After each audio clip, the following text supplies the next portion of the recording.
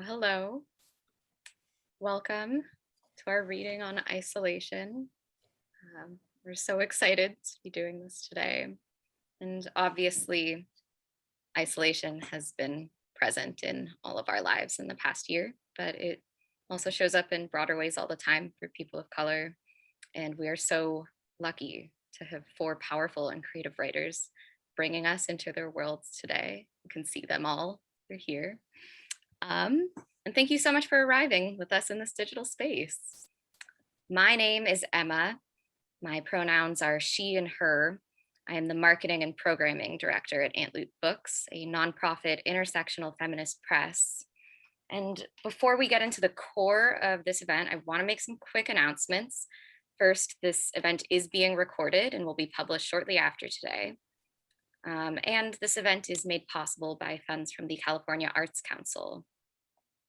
And now I want to take a moment to recognize that we at Antloop Books do our work of uplifting marginalized voices and striving toward justice via the written word on the unceded ancestral homeland of the Ramaytush Ohlone, who are the original inhabitants of the San Francisco Peninsula. As the indigenous stewards of this land and in accordance with their traditions, the Ramaytush Ohlone have never ceded, lost, nor forgotten their responsibilities as the caretakers of this place, as well as for all peoples who reside in their traditional territory. As guests, we recognize that we benefit from living and working on their traditional homeland, and we wish to pay our respects by acknowledging the ancestors, elders, and relatives of the Ramaytush community, and by affirming their sovereign rights as First Peoples. And I invite you all to share, if you know the land acknowledgements of wherever you might be calling in from, in the chat. And now, further ado, I'd like to introduce Tamika Thompson of POC United. Hi, everyone. I'm so excited you all are here today. I'm Tamika Thompson, co-creator of POC United and fiction editor of our group's anthology, Graffiti. I want to thank the California Arts Council for their support for this project and all of you for attending. The POC United mission, really, we want people of color to see ourselves as one group. We want people of color to read one another. And as artists of color, we want to free ourselves to write outside of the white gaze. Today's event is the third in a series that we put together in collaboration with Antloop Books. In February, we united 12 writers of color in a workshop with author Sonora Jah. And over the course of a weekend intensive, she walked them through the query and submission process. And they ended that workshop by sending their writing out into the world. Last month, we gathered San Francisco poet laureate Tongo Eisen Martin, who founded Black Freighter Press, poet and author Dr. Tara Betts, who is developing the Whirlwind Learning Center in Chicago, and Kaya Press managing editor Nilanjana Banerjee. And these three artists were on a panel to discuss their literary ventures. Our three-part programming and the participating artists have been featured in Publishers Weekly, the Chicago Review of Books, Catapult, and LitHub. And tonight's reading is really the culmination of this work, a place for us to build community, to celebrate, and to read and write for one another. We're really excited. Now I want to introduce you to my POC United co-creator, Pallavi Devan, who will tell you more about the theme of isolation. Good evening, everyone. It's so great to be here. Thank you, Tamika. Like most writers, Tamika and I understand the need for isolation. Isolation can bring peace and quiet, the solitude that writers crave and need to dedicate uninterrupted time to our craft. But last year's pandemic and lockdown brought about a forced isolation, and the year progressed in a way that I think left most of us, if not all of us, with little time for peace of any kind. Anytime we started to settle, something else came around to take us away from our craft. As writers, we thrive alone, but we also thrive in community. The trick, I think, is finding a balance between the two and nurturing both. So as Tamika pointed out, we've had other events in collaboration with Aunt Lute and the California Arts Council focused on building community and supporting writers of color as they navigate the literary world. And actually, two of the writers who are reading tonight, Tom Pune and Alba Hernandez, were part of the publishing workshop with the amazing and talented Sonora Ja. You'll hear from them soon. But one last point before I introduce our first reader is something that I think is understood but often goes unsaid. And that is that writing is work, but so is building community. It's work, but it's necessary work.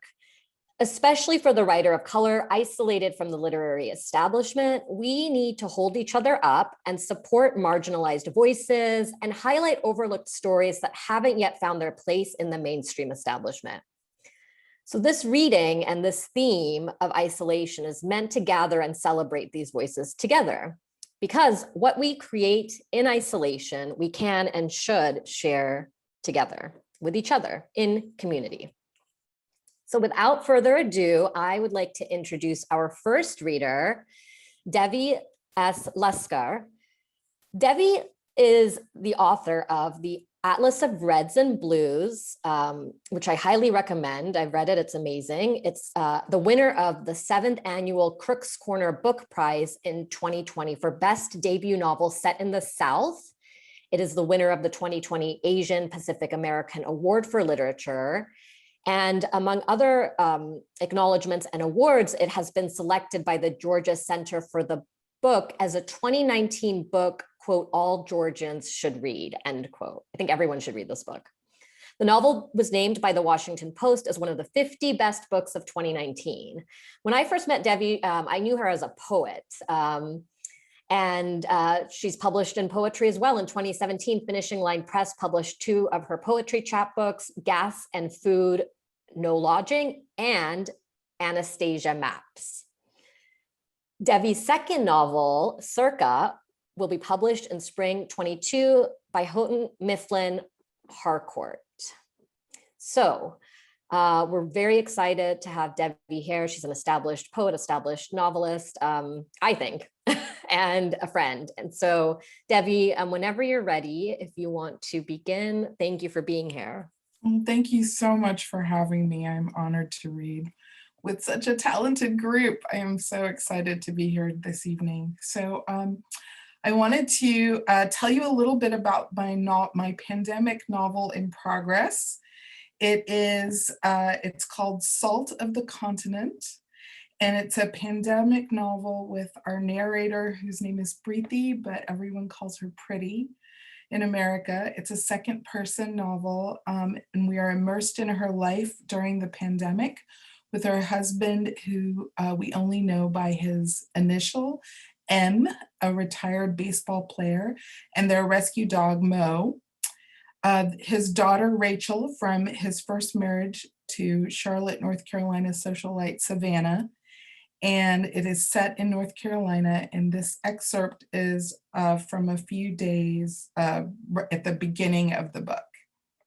9 days before. This morning, M was gone by the time you'd woken up, the sun shining like a bald-faced lie through the open window, Mo snoring beside you. You turn on the TV to compete with the sound of Mo's paws click-clacking on the tile. Another news anchor barely containing his rage at the White House mouthpiece's lies. You're not religious enough to believe in the president's promises of a miracle. You remember the death flu you got in India some years before, the hospitalization, the fear of food and drink afterward, how you slowly starved until you could board a 747 and head home. You pour the last of the kibble into Mo's stainless steel bowl and refill his water bowl. You make a note on your phone to venture out sometime today, find something appropriate for him to eat. Mo is so picky and your choices are so few in this time of pandemic. If you manage a grocery run, you know you'll probably make chicken curry and rice and give him a portion, much to M's chagrin. The news anchor cuts off the mouthpiece and goes to commercial. An advertisement for women's hygiene products, the brand name and adverb. You turn off the sound and listen to the bird song outside the picture window. It has been years since you've heard such a chorus of notes. You make out a few refrains that repeat. Excuse me, and you find yourself standing still and counting the number of different singers in this outdoor band.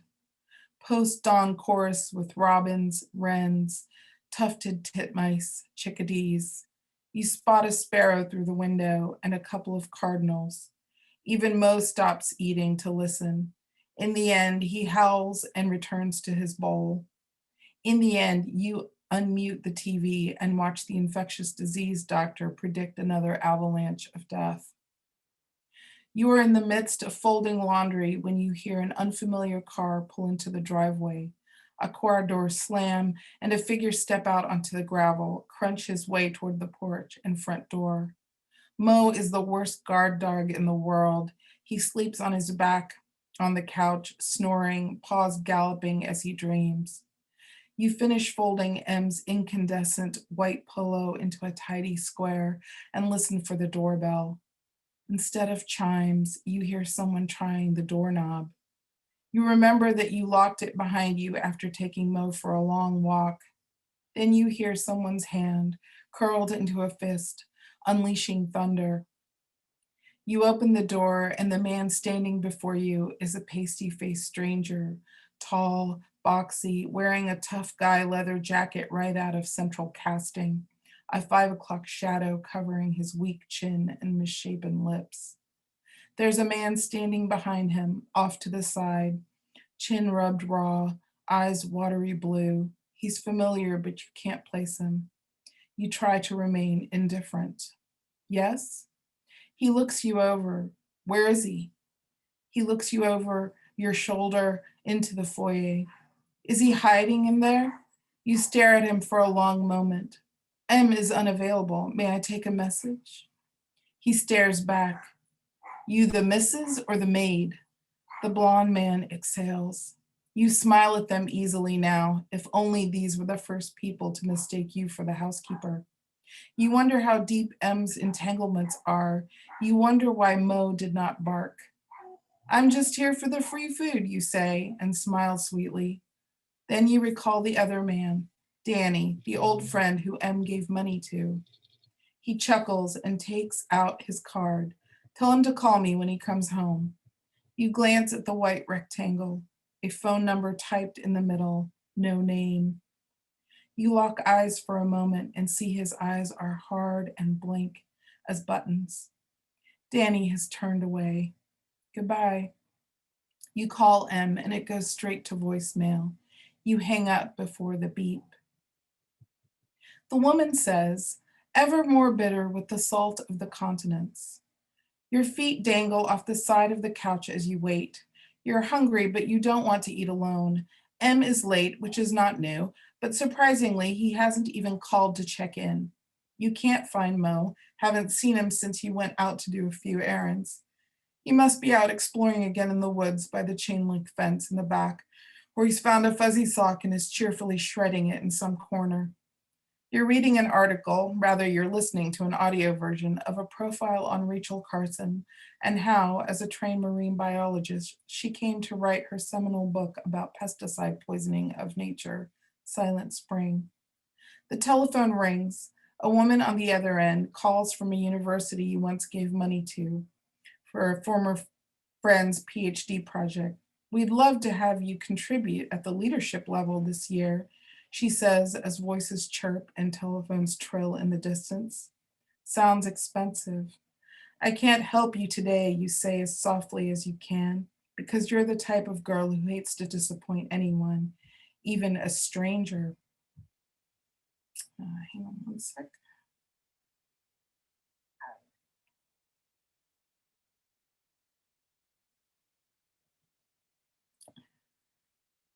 Let's see. I'm sorry, I lost the last paragraph. I'm just gonna stop there. Thank you. Thank you, Debbie. Thank you. Wonderful reading, and also the photography. I'm always blown away by your photography. I've actually framed some of it and put it up in my home. Oh, I'm so happy to hear that. Thank you. Thank you. Our next reader is Kanika Poonwani Sharma, who has an MFA in creative writing from Rutgers University, Newark, where she was also a professor of English. An editor and writer, her nonfiction spans the travel, lifestyle, and culture sectors and has appeared in several Indian publications. A Vona alum, she is currently working on a debut short story collection that deals with themes of home, identity, and migrations. Her most recent work has been published in our very own Graffiti, as well as in the New York Times. Welcome, Kanika. Thank you, Smika. And it's so great to be here and be a part of this wonderful, wonderful event. Before I read, I just wanted to say a little bit about this piece. So the piece I'm reading from today is, it's a short story, it's fiction, but it's based around a very real event, which was the terrorist attacks in Bombay in 2008. And, I've been thinking about isolation, especially this last year and especially recently. And the reason I picked this is because the main character in this piece is far away from India and home when it's happening. And I think there's a particular isolation you feel when there are both terrible things and joyous things happening back home and you're far away from it. I have family in India right now. I know a lot of people who have family in India and over here. And I know that that's a feeling that a lot of people are feeling right now as cases here decline and life is kind of going on. And then there's horrible things happening in the other parts of the world. And it's a very strange feeling of isolation being away from that. So that's why I picked this piece and thought about it. And I'm going to read from it for you guys now. It's called Black Friday. I was 7 seas away and asleep when the first shots were fired in Bombay. Hell is a 300 square foot studio in fuck knows where, Queens, in the dead of winter. Yet here we were, Rahul and I. It was 2008. Obama had won the presidential nomination and assured me that yes, we can. But the dozens of job rejections flooding my inbox seemed to hint that I, at least, couldn't. And I was left with the nasty suspicion that we did not necessarily include me. Rahul woke up early for his shift as an engineering trainee at a subway construction site. I woke up hours later at noon, slipped into my winter coat, propped open the sole window in the studio, and crawled out onto our fire escape for a cigarette, after which I would begin the mind-numbing process of applying to any and every job for which I seemed remotely qualified. I later learned that Business Week had called this period the Panic of 2008.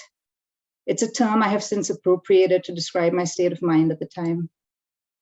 On the morning of the attacks, I woke up late to a series of BlackBerry messages posted on an ongoing group chat with friends in India. 11:35 a.m. EST. Guys, the Taj Hotel has been attacked. 11:45 a.m. Gunfire heard at the Trident Hotel too. 12:01 p.m. Reports of shootings and grenades. 12:17 p.m. WTF? What is this? Dude, I don't know. Switch on India TV. They seem to have the latest updates. I scrambled out of bed and switched on CNN. A reporter was interviewing supermarket staff about how many butterballs were left in stock. None, a shop attendant brayed into the microphone. Shoppers will be lucky if they find a half dozen left in the city at this point. It's the day before Thanksgiving and last-minute shoppers better rush if they want those turkeys on the table tomorrow. Back to you, Bob. I switched off the TV and called my mother. What's happening? Are you okay? Is everyone okay? We're fine. We're home. Nobody's sure what's going on yet. I called Rahul next. Tara, I can't hear you. There have been attacks in Bombay. What? Bombay's under. Listen, the network down here is shit. We'll talk when I'm home. Wait, I said, but he'd already hung up. I switched on the TV again. This time there was a report on Black Friday deals. I stepped onto the fire escape and watched my breath frost in the outside air. Soon it would snow. The December I met Rahul passed as one long, unrelenting snowstorm. We met at a temple. To anyone who knows me, this is a joke. I'm a terrible Hindu. I eat beef and drink too much and only pray to God when I really need something. My room in Boston had an attached balcony, and in the months leading up to that fateful temple visit, I had begun to spend an inordinate amount of time on it. It was about 3 feet wide, maybe 5 long. The wrought iron railing had yellowed with rust. 2 potted plants left behind by the room's previous owner slowly shriveled and died during my tenancy. I left them out, though. I found the occasional budding of a single bright green leaf on an otherwise withered branch, a triumphant symbol of life adamantly springing from decay. I was a liberal arts student. I never told anyone what really kept me on my balcony that year. A group of Indian boys had moved into the first floor of the building opposite mine. From 3 stories above, I had a clear view of them. I could tell they had all just arrived from one of the small towns in India. They dressed in checked short-sleeved shirts that looked a size too small and tight, dark brown trousers. I knew that once it started getting chillier, ugly brown sweaters would emerge, made from the kind of wool that scratches against your collarbone. There were about 4 or 5 boys. I wasn't sure. I never saw them together, only separately or in twos. They would often step out to make phone calls, which made me think they had no privacy, that they were cramped in a 2, maybe even 1-bedroom apartment.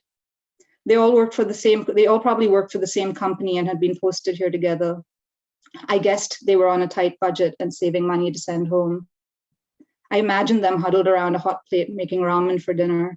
Somewhere at the back of my mind, I knew that their apartment probably had a stove, but the hot plate fit in better with my picture of their lives. I don't know what drew me to these boys. Perhaps it was because it was that time of year when summer had already faded into fall, and fall was slowly turning into winter. A time that always made me feel slightly homesick. That year, I was a few months shy of graduating and felt particularly adrift. I spoke to my mother often then. I was able to tell when she was standing at the window of our 12th floor Bombay apartment because I could hear the cawing of the crows so clearly through the phone line that it felt as though I was standing right next to her. Every morning for the first 17 years of my life, I had heard these crows and wished I could sleep for just 10 minutes more. But during those phone conversations, the sound elicited a sense of fondness rather than annoyance. It reminded me of the everyday chaos of life in Bombay, the cries of the street sellers mixed with the honking of taxis careening down narrow alleys, the overpowering smell of spices and dust and heat. My life in Boston, a city I largely loved, whose going-ons I so assiduously observed from my balcony, seemed achingly bland and sterile. Watching the Indian boys only magnified my longing for home, and they began to possess my nocturnal hours. I could see partially into one of their bedrooms and noticed that in place of a bed, there was simply a futon. The occupant of the futon would often lie on his back, his face craned toward the window, seemingly looking out into the sky.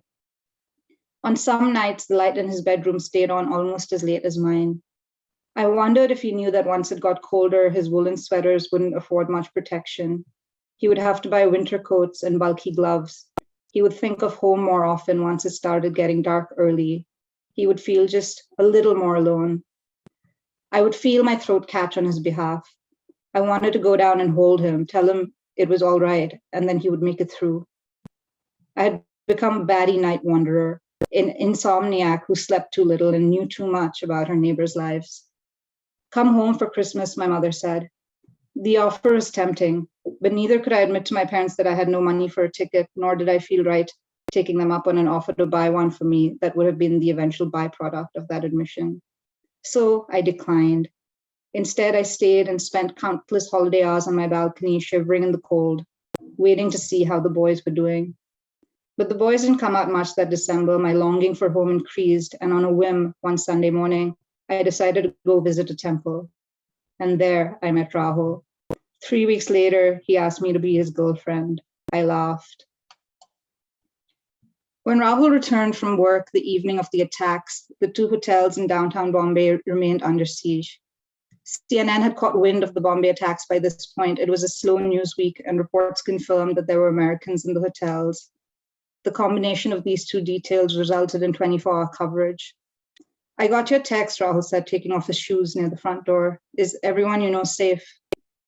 I told him about the messages I'd been receiving about friends of friends trapped in the hotels, friends' relatives who'd gone to one of the restaurants at the Taj for dinner and were still inside. Yes, Rahul said, but no one you directly know. It could have just as easily been someone I knew, but I continued to stare at the television, not wanting to have this conversation. I'd been excited when Rahul first told me he was from Bombay, but I later learned he was from a suburb so far north that it didn't really count. When I told him this, he'd call me an elitist.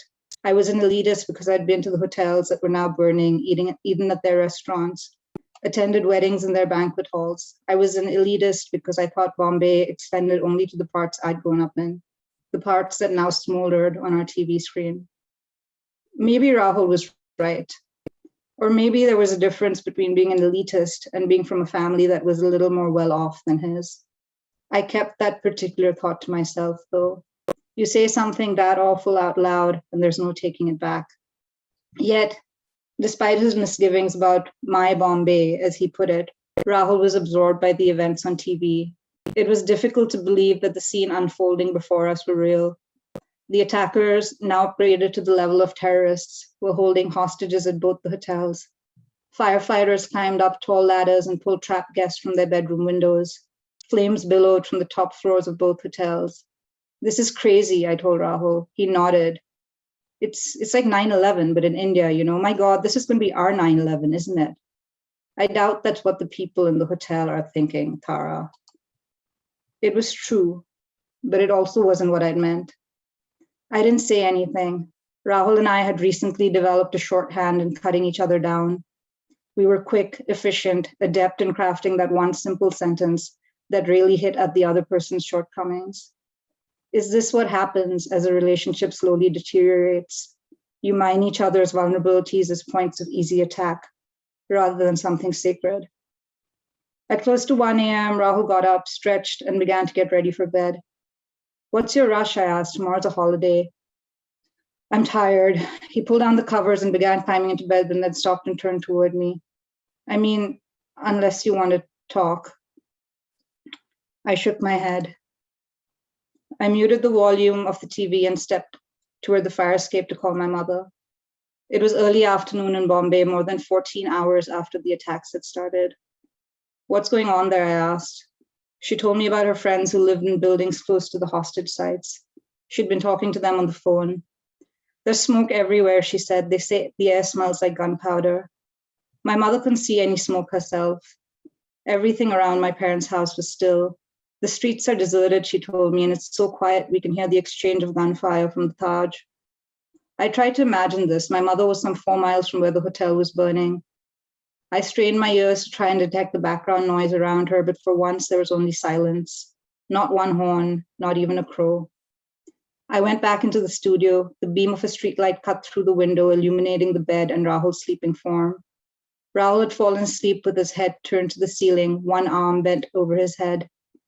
For one crazy instant, my mind wandered back to that other Indian boy, the one I'd see from my Boston balcony lying on the futon, his gaze perpetually trained outside his bedroom window. I wondered, as I watched Rahul, why that boy was always up so late, what thoughts kept him from sleep. I wondered if he'd been remembering the cause of the crows in a country so far away that on some nights it felt as though it had never really existed.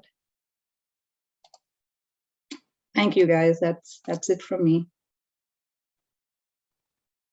Thank you so much, Kanika. That piece is so beautiful. And Thank you. yes, I am thinking of India. I think a lot of us are, and I'm just wishing the best for everyone there and for people in the diaspora who are hurting. So thank you so much for sharing that with us. Thank you, Ola. Thank you. Thank you, Pallavi, and thank you everyone for listening. So our next reader is Tom Kyun. Tom has been nominated for a Pushcart Prize and a Best of the Net Anthology Award.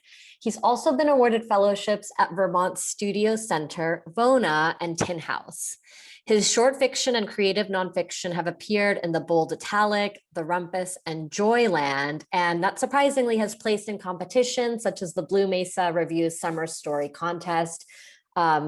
I recommend to anyone who isn't familiar with Tom's work to look at it, to find it online. It's really wonderful.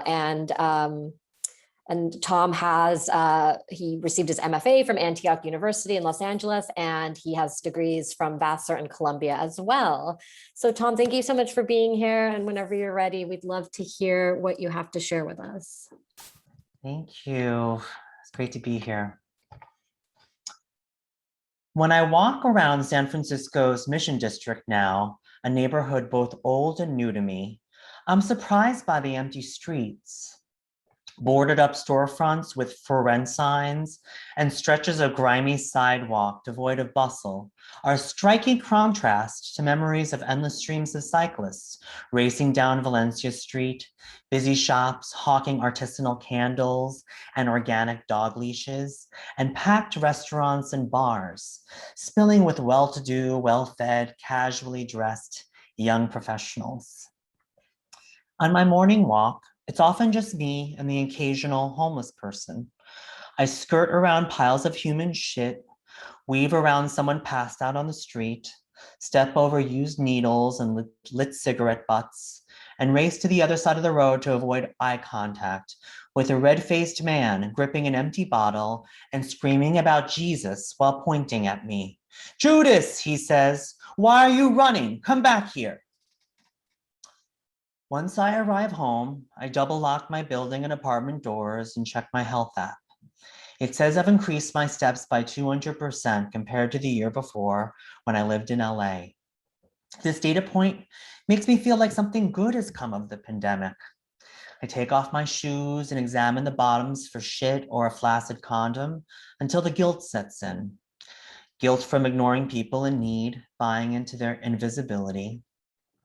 Guilt from falling into groupthink, that there is nothing we can do for them. Guilt that I don't have any hope for them or their futures.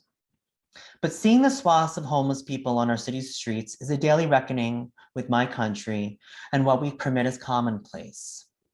There are no longer delusions about who we are anymore. The pandemic's death toll and the lack of a federal response have shown us so. We live in a country that doesn't value quality of life, let alone human life. We, the people of the United States of America, value productivity. We worship wealth. I imagine it's why we're the richest country in the world, and I live in the richest city in the richest country in the world. I moved back during the pandemic after 3 years in LA, a place with its own set of economic inequalities.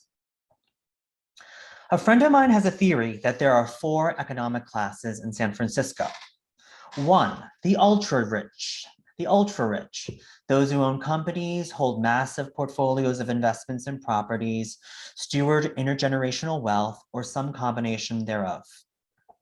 2, wealthy or relatively well-off, highly skilled people who work for the ultra rich, computer programmers, doctors, business consultants, middle managers, or what I call, quote unquote, indoor servants. 3, those who prepare and deliver food and generally cater to the previous 2 tiers. These outdoor servants also drive them around, babysit their children, care for their parents, and clean their homes. 4, finally, there are the homeless and others left behind due to our country's lack of a safety net. Of course, there are those in between, working artists, small business owners, solo creatives, but they're either being pushed out of or into the 3rd tier, and their population seems to shrink year after year. This is probably why the streets of San Francisco feel so empty. The ultra-rich have absconded to the country, and many young tech workers have escaped the city's high rents to find refuge in their parents' suburban houses or Airbnbs in Tahoe or Boise. My roommate and I, we're indoor servants. I'm a consultant to philanthropic institutions where I help them develop strategies to give their money away. Most days, I feel like I'm doing something good, helping identify global health organizations to respond to the pandemic, or writing memos on why philanthropists need to give more grants to community organizers and nonprofits led by Black leaders. On other days, it feels a bit like spiritual money laundering. I degrease endowments that stem all the way back to the Civil War built upon the shoulders of generations of slaves, and later, factory workers and farm laborers in servitude to manufacturers and agribusinesses. I dust and buff the interest yielded from investments in petrochemicals, oil and gas, tobacco, and diamond mining. My roommate is a psychiatrist fresh out of fellowship. He has a Manhattan-based concierge practice where he now sees patients online. He doesn't take insurance, and although he sets aside free and low-cost slots for domestic violence survivors and foster children, most of his patients are uber wealthy, zooming from beach houses in the Hamptons, mountain chalets in Vermont, ski lodges in Aspen, and second homes stretching from the Gold Coast of Connecticut to the tip of Maine. That said, I do not envy them. These people have problems, real problems. They drink too much, do drugs, cheat on spouses, beat their spouses, get cheated on and beaten. Too many starve themselves to a whisper. When the pandemic hit, my friend turned roommate figured out he didn't enjoy living alone anymore. He wasn't finding Mr. Right in Hell's Kitchen, and with a shift to remote work, he thought, why not give San Francisco a try? One new coast plus one new city equals hope. I imagined if I listened to the issues of the rich and suicidal all day, I would also be in desperate need of hope. It was for a similar reason I left San Francisco for LA years earlier. I never imagined that I would have a roommate in my 30s, let alone my 40s. To be 43 and living with a roommate feels a little like failure. But this is San Francisco, and having a roommate into late adulthood is, in fact, commonplace. Even our city's mayor, London Breed, lived with a roommate until last year. In San Francisco, no one bats an eye if you are 40-something and single, unmarried, and childless. There is a seemingly endless supply of gray-haired men gliding down Dolores Street on skateboards or riding atop a thunderous dirt bike without a helmet. In Neverland, no one ever has to grow up as long as you can afford it or have rent control. Maybe this is why pandemic life in San Francisco resembles my freshman year of college. After spending our days in our bedrooms, getting overpaid to stare at Zoom screens, my roommate and I proceed to the living room. Instead of complaining about all the memorization required for intro to art history or organic chemistry, we moan about how meaningless and inconsequential our lives seem. We wonder aloud if we should order food from our respective sides of a vintage charcoal-colored sofa from a mid-century boutique. After we eat our flour and water margarita pizzas, I don't know how I ever ate Domino's. I place the utensils and plates into the dishwasher. My roommate tosses the linen napkins into the washing machine. There's nowhere to go, and the last place we want to be is back in our rooms. So we return to the couch. I can't decide if I want wine or a pot gummy, I say. Why not do both? You know I can't mix. Gives me the spins. I'm gonna do both. It's been one of those days. I open a small tin on the kitchen counter and unstick a purple gel tab and lay it on a cutting board. Using a Wusthof steak knife, I bisect the gooey square and pop half into my mouth, chewing and sucking the sticky sweet filaments off my teeth. My roommate takes the other half, swallowing it like a pill with a gulp of Malbec.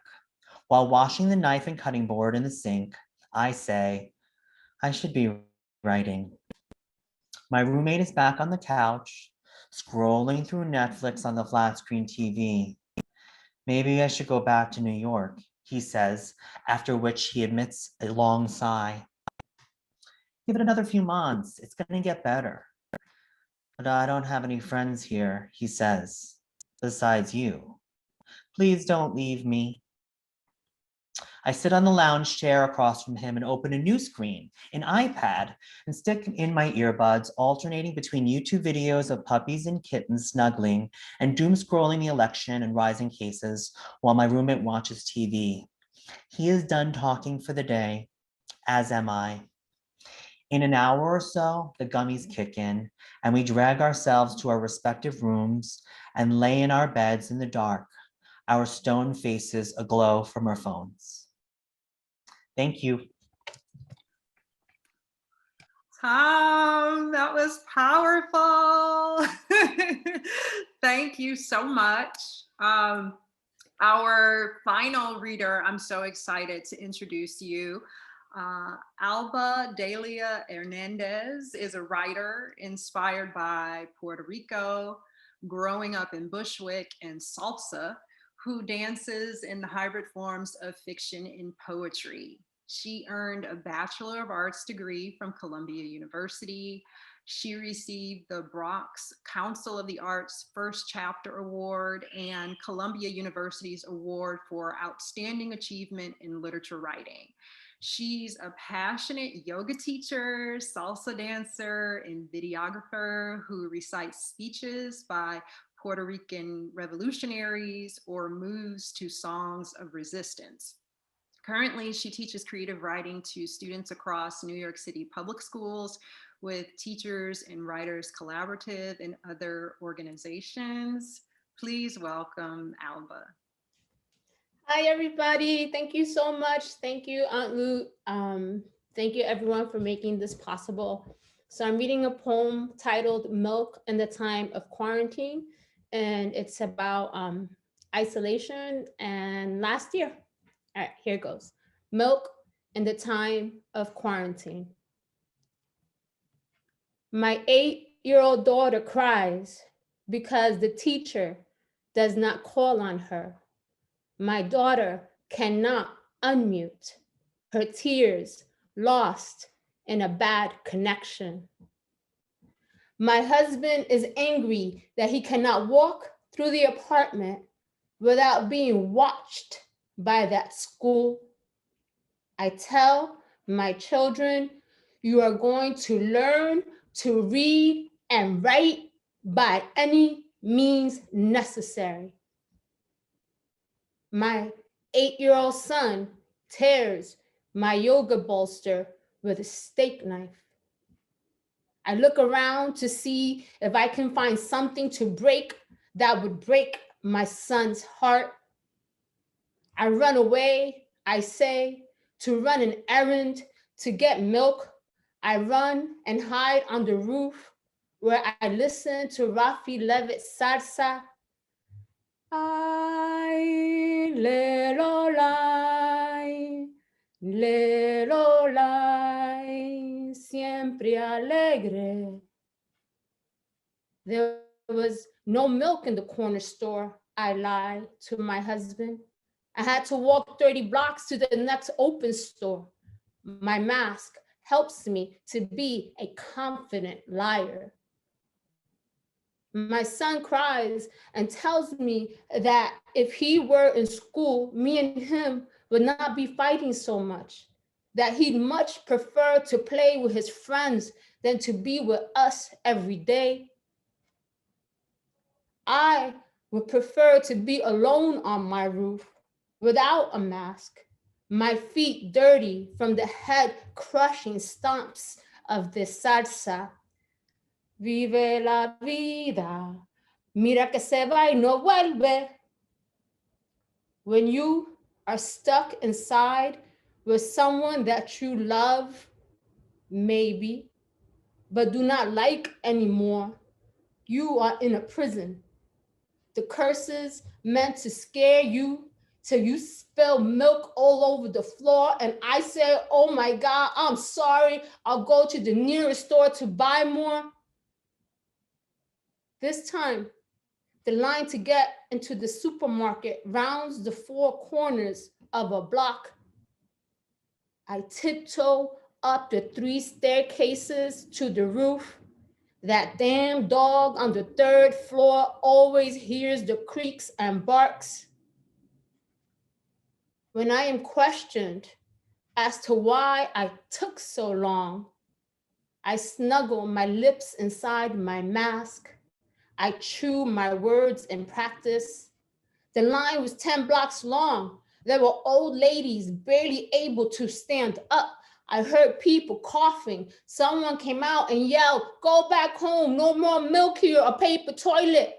I had to walk to Bushwick Ave, but here's the milk. I braved it and I got it. Turn that damn music off. Got me sick you hearing that shit all day. My husband says to me, "Don't you dare talk about my music." I rev up. "Stop fighting," my daughter yells. "The whole school can hear you." "You shut up," my son yells back at his sister. We are suffocating in this small railroad apartment 24/7. If it weren't for gravity, I think I would have lost everything by now. Walking around to the nearest supermarket, I noticed the ugly middle finger buildings being built on the heads of our ancestors. My days on my roof are limited. I'm the warrior that dances even when the jackhammer threatens and the torches are visible. All I hear is lelo, lelo, lelo, lai. Aquí viene lelo, lai. Lelo, lelo, lelo, lai. Aquí viene lelo, lai. I hold my son who sobs behind the couch. I hate COVID. I hate COVID. I would have been playing tag. I would have been in recess right now. I'm sorry I broke your bolster, mommy. I was just so mad. If only I could pour libations from my breast to feed my children. Ay, lelo, lai, lelo, lai, siempre alegre. Ay, lelo, lai, lo, lelo, lelo, lai, lelo, lai, lo, lelo, la, siempre alegre.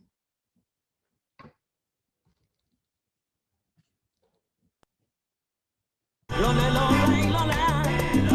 Lo, le, lo, la. Siempre alegre. Oye, vive la vida. Mira que se va y no vuelve. Sabroso, siempre sabroso. Por eso mismo no me voy yo de este mundo si no me lo gozo. Vive la vida. Mira que se va y no vuelve. Dicen que después de muerto no vuelve. Y si no reencarno nada. Ah, vive la vida. Mira que se va y no vuelve. Con tanta cosa buena que le diste al mundo, Señor. No, no, no, no, no, todavía no me lleve. Vive la vida. Mira que se va y no vuelve. Bohemio soy de corazón. Amo yo esta vida con loca pasión. Vive. Thank you.